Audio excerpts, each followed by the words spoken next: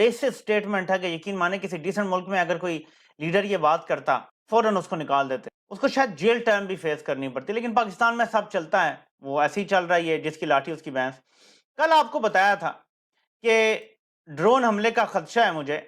अब ये पीटीएम के एक्टिविस्ट हैं, मुझे तो नहीं पता कि ये किस हद तक सच बोल रहे हैं, मैं आपकी जजमेंट पे रखने लगा हूं। ये मुझे इनकी पहचान नहीं है कि ये ड्रोन का मिसाइल का कोई पड़ा हुआ रैकेज है या ये किसी मोटर गोले का है। आपको मैं ये सुना देता हूं, आप खुद फैसला कर लें कि ये क्या है। तो मिसाइल जो है वो इस तरह की चीज होती है, ये बाकायदा इसके अंदर जैसे ये देखो ये फिट हो जाता है, तो ये आप देख सकते हैं कि ये कोई मोटर है।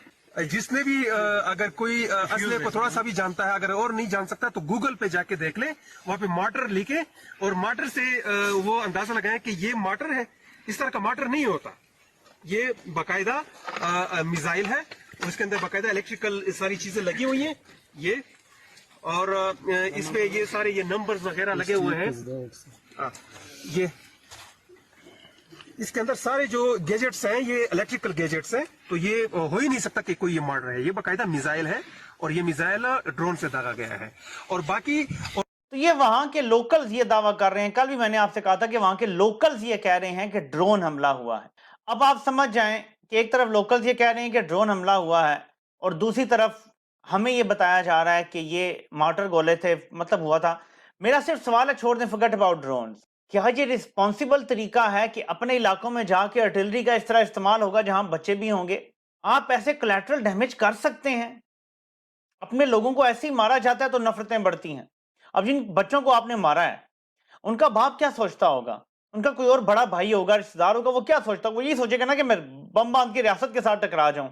उसकी आप दुनिया अंधेर कर देंगे तो वो क्या सोचेगा, आप मुझे बताएं। यही इमरान खान रोता है कि रियासत इस तरह से नहीं कर सकती। इंटेलिजेंस बेस्ड ऑपरेशन में आपने एक बंदे को मारना है, ट्रूप्स ऑन द ग्राउंड है, जाएं बंदे को। ये मोटर गोले कहां से आ गए भाई? तो अगर ये मोटर कह रहे हैं तो इसका मतलब है कि ड्रोन के चांसेस ज्यादा हैं, लेकिन जाहिर है कि कंफर्मेशन नहीं है, रियासती सतह पे कोई इसको मान नहीं रहा। लेकिन मैंने जैसे कहा था कि अब हमें विक्टिम्स की सुननी पड़ेगी।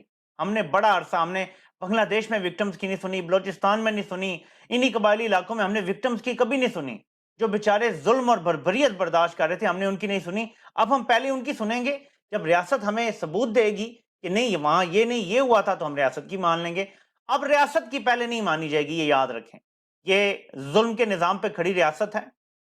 कुफर का निजाम चल सकता है, जुल्म का नहीं चल सकता। तो जुल्म के निजाम पे खड़ी रियासत की हम कोई बात नहीं मान सकते। वर्जन हम मजलूम का मानेंगे, जिसको गोली लगी है उसकी मानेंगे, जिसको गोला लगा है उसकी मानेंगे, जिसके ऊपर हमला हुआ है उसकी मानेंगे, क्योंकि उनका वर्जन ही राइटफुल है। इसी तरह जैसे एफआईआर में आपको दिया जाता है कि आपको जिस पे शक है आप उसका नाम लें, ये